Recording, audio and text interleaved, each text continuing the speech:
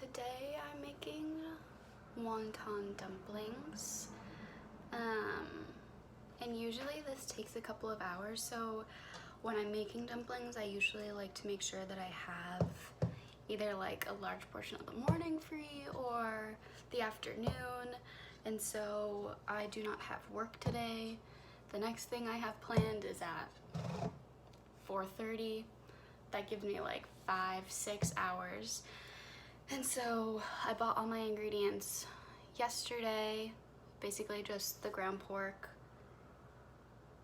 Napa cabbage, and shiitake mushrooms. So I'm gonna assemble everything and then put it in the freezer and eat it later on. And I'm doing wonton this time. I did pot stickers a couple of months ago when I first moved in, but it's starting, hopefully, to get cold now that it's November going into December, and so wonton is really good to eat like in a soup to warm me up. And it's easier, you kind of like boil it like ravioli, I guess. So let's go. So to start, making dumplings takes quite a bit of cutting during the prep time. Cassie likes to call the first base ingredients kind of like the Holy Trinity or Triple G, I think, whatever. But they're easy to buy, prepare, and they add a lot of flavor to the dish. So the three are green onions, garlic, and ginger. And for this recipe, I generally eyeball every ingredient.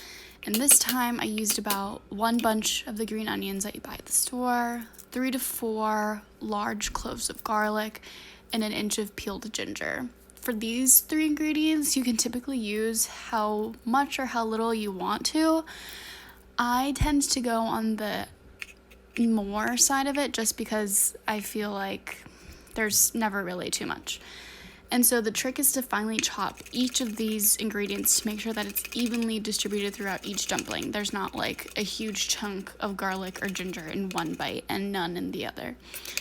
And then moving on, an easy way I have found is to peel the ginger is kind of scraping it off with a spoon. I found this trick through probably like a YouTube video or like an Instagram post, not totally sure, but I think that it's much easier to do it this way rather than using like a potato peeler or cutting off the skin with a knife.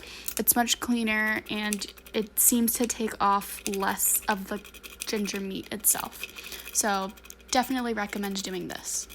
I would also say to have a scrap bowl next to you, so as you can see, there's kind of like a clear bowl between my green onions and my garlic, and so that's like a really easy way to prevent yourself from going like back and forth from the trash can to your cutting board, and then you'll just like throw that away at the end. So I know Cassie does this, but I really like doing it a lot. It makes things a lot easier.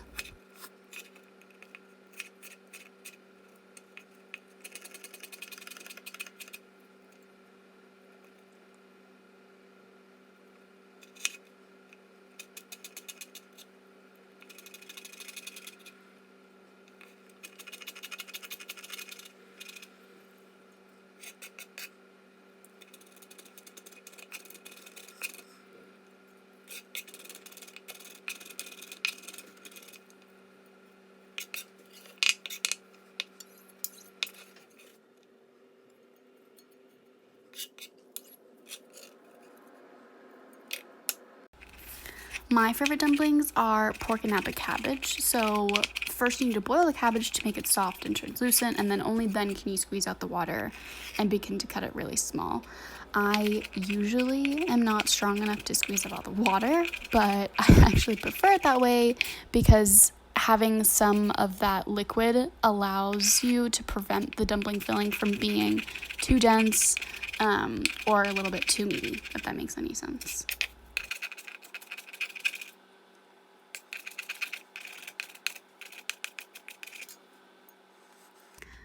As for the sauce, it uses the same basic ingredients as most Chinese marinades. So I used about 2 tablespoons of soy sauce and then an equal amount of sesame seed oil, which I did not show the bottle. I'm using it right now.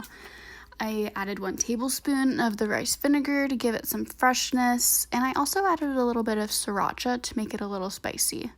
Mom doesn't do that, but I like to do that. A couple grains of pepper, and then kind of like a small teaspoon of salt. I sometimes find it hard to judge how much liquid to use because I want the marinade to be adequate enough, but I don't want my filling to be like dripping wet, but this seems to be a good amount. Next, we're going to be adding all of our ingredients together. So I minced some shiitake mushrooms earlier into small bits to add some additional veggies and break down from the pork. The process was a little bit messy, so I did not film that bit. I sometimes like to add chopped glass noodles as well. And other recipes like to add chopped carrots too. Those are good additions. I did not use it for this recipe. And then finally, all you gotta do is kind of mix this together, incorporate the sauce with the veggies, and then add in your ground pork.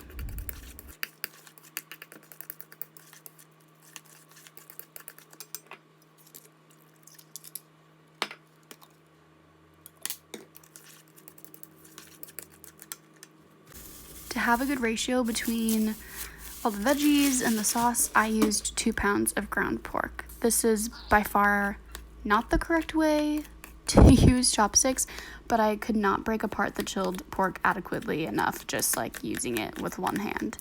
At home, we usually use a large fork, but I ended up just using my hands to combine everything, and it made it a lot easier for me.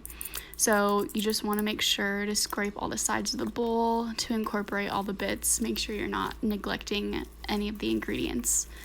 And then the only thing after this is to fold and freeze the dumplings.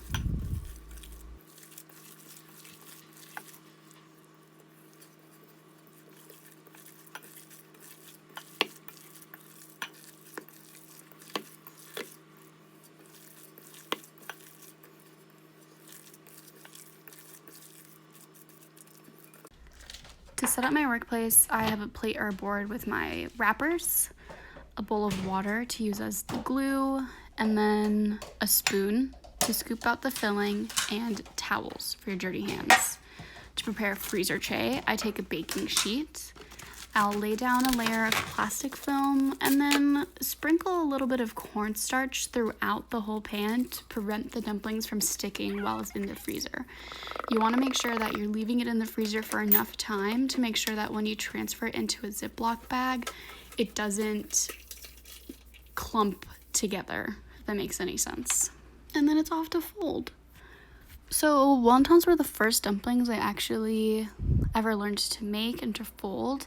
I can't really remember when Mom introduced it to us. It was definitely when I was pretty little, but it would always take a really long time, and we would spend the weekend going to Sunset Super, getting all of our ingredients, and then taking over the kitchen and the freezer space.